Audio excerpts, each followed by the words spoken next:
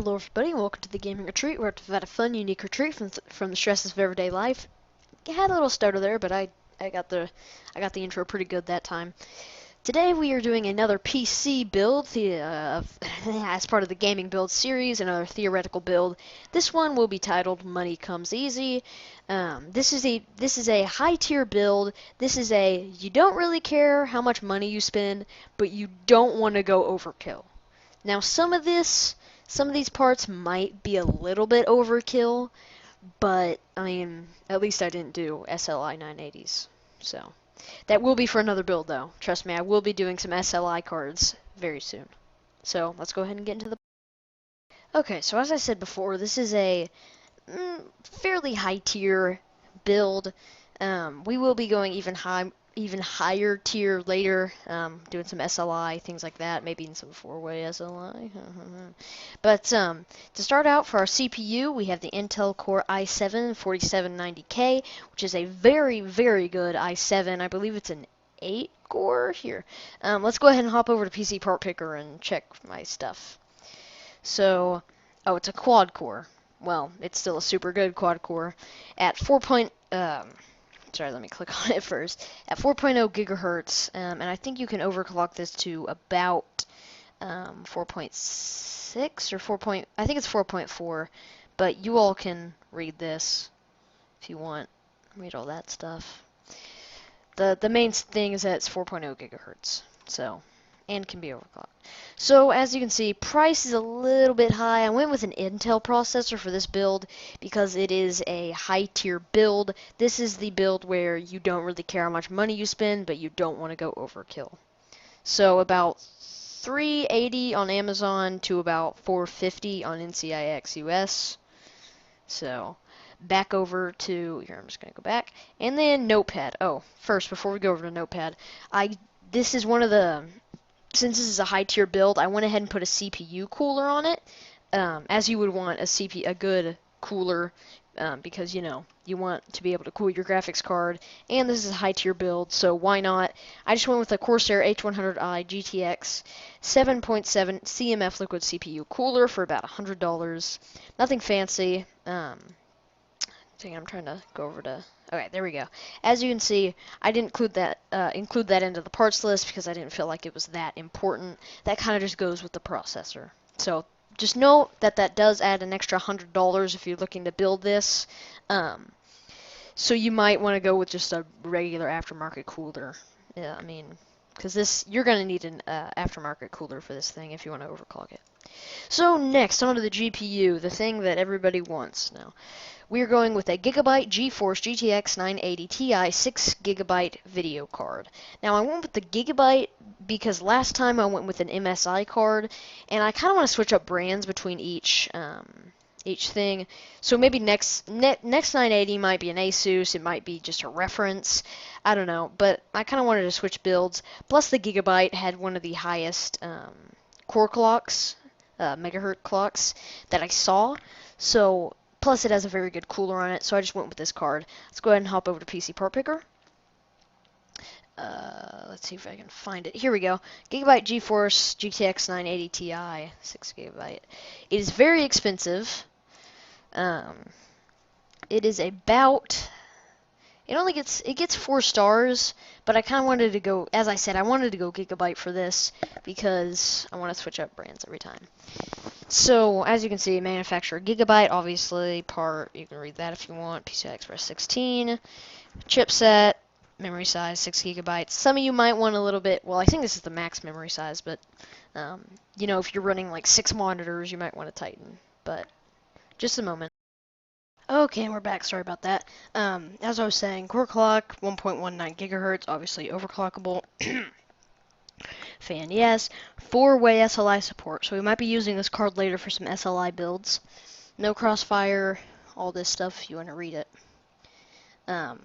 Goes from about 670 on Newegg to about 690 on, yeah, about 690 to, 690. Amazon, 680. It just varies. The reason I went with the Ti for this build is because it is the latest in graphics technology.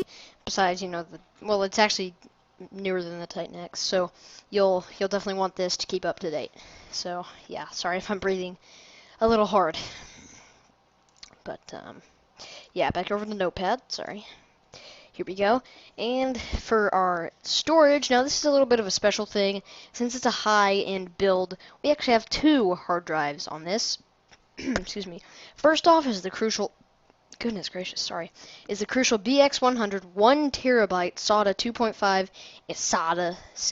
2.5 inch internal solid state drive. This is an SSD, solid state drive. 1 terabyte SSD. You may be thinking, well, Mr. Retreat, why did you put a 1 terabyte SSD in this build? Well, I felt that you're building this for gaming. This is a high-end gaming computer. You are going to want the biggest hard drive within reason. Now, this hard drive is really the only 1 terabyte solid state drive I could find. There were some others, but this should be enough. It's 1 terabyte and it's a solid state drive. I mean, what better would you need? So I know it might be a little overkill. You could tone this down to a 1 terabyte regular drive and save about $200. Also, you could, I forgot to say, you could SLI your 2 graphics cards and get a 4K build. Super easy. So for our second drive, we have a Seagate Barracuda 250 gigabyte, 3.5 inch, 7,200 RPM internal hard drive for about $20. So it basically adds 0 cost to your build. And what it does, why I put this here is this is just your emergency drive in case your SSD fails. It's nice to have a backup drive. I mean, I could have gone lower, but I mean, you kind of want just an emergency backup drive. While you're waiting for your new SSD to ship in the mail, you just use a pretty good small hard drive, which should be fine. I just kind of wanted that. You can always X that out if you're building this. You obviously don't. I mean, it's only $20 to this huge price tag, but I mean, if you feel like you don't need it, that's fine. If you always want SLI, that's fine too. Sorry, I was like, okay. So back over to Notepad. Yeah, two hard drives this time. That will be kind of a feature on the higher builds. For our power supply, we went with the Corsair HX100i PSU. Let's go ahead and hop over to PC Part Picker. And as you can see, Corsair 1000 watt, 80 plus platinum certified fully modular power supply. Now this is a platinum instead of a bronze. So that means you'll get much better efficiency at, a little bit higher price. But 1,000 watts should be just fine. I mean, if you're gonna, look at this stuff. You can read all that if you want. I'm not gonna read all that because it's not a main part of the system. I mean, it's what powers it. But obviously, this is a lot of watts, a lot of voltage.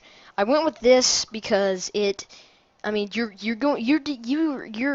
talking about some high value parts here. You're talking about a high tier i7 that'll draw a lot of power. Then you're talking about a super high tier 980 Ti, which will draw a lot of power, especially if you want SLI. This should be just fine for you.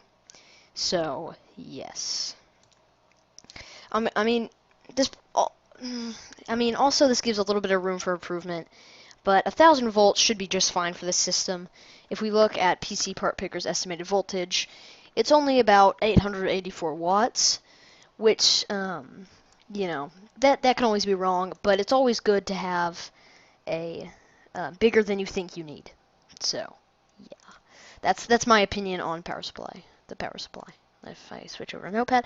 Okay, as we can see here for our motherboard, we have an MSI G97 Gaming, or Z97 Gaming, excuse me, 5ATX LG1150 motherboard, which, I just kind of picked this one because it was the best looking motherboard, and, well, not really the best looking, but it supported SLI, it supported all my parts, so I just went ahead with it.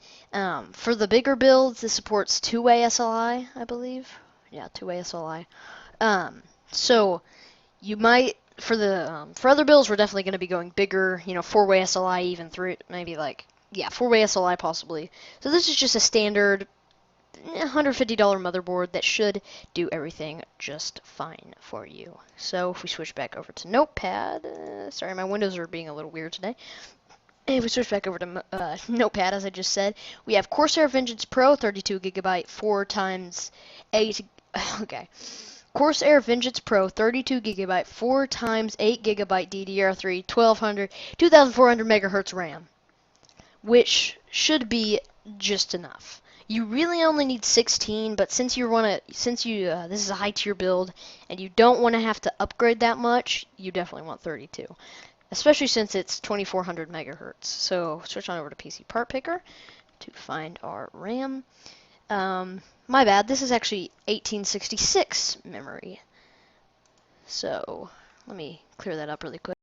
Okay, and we're back now that that's fixed. Now you can see it's drawing a little bit more voltage, but that's fine.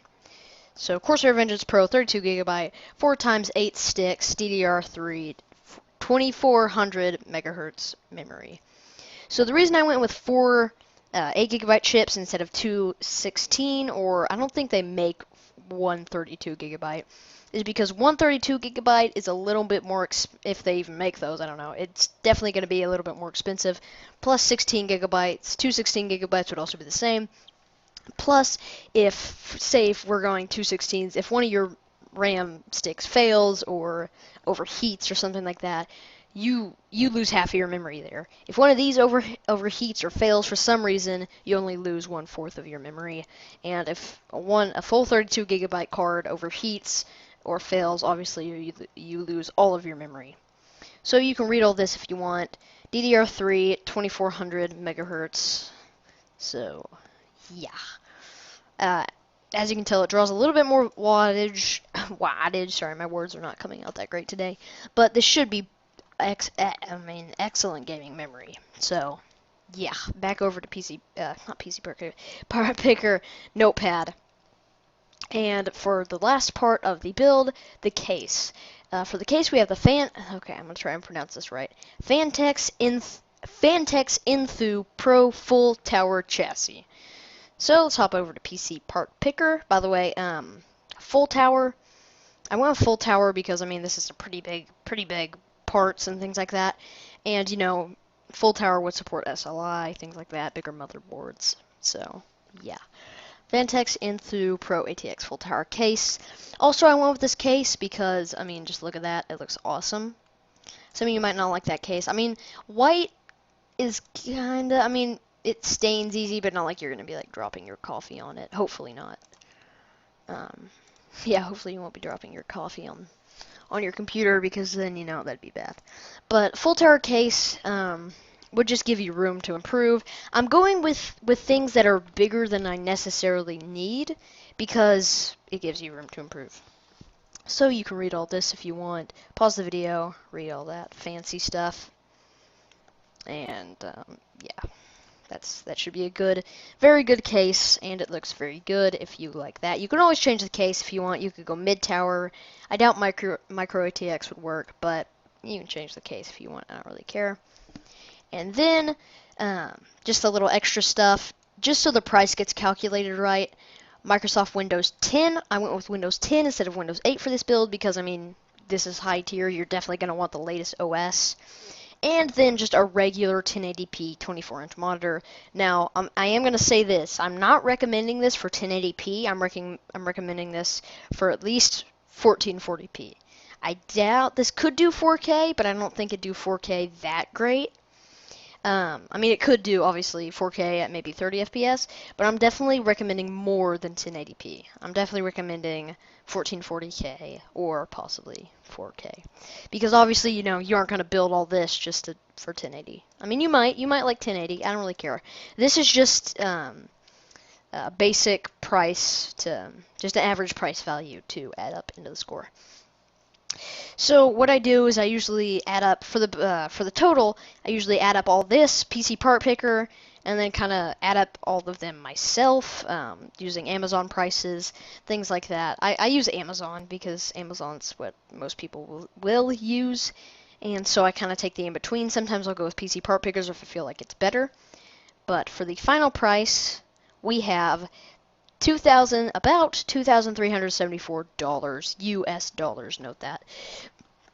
Prices do take into account current sales, OS and monitor, etc. Obviously, if you want to add a keyboard, unless if you don't have a keyboard, you might want to add a keyboard, headset, mouse.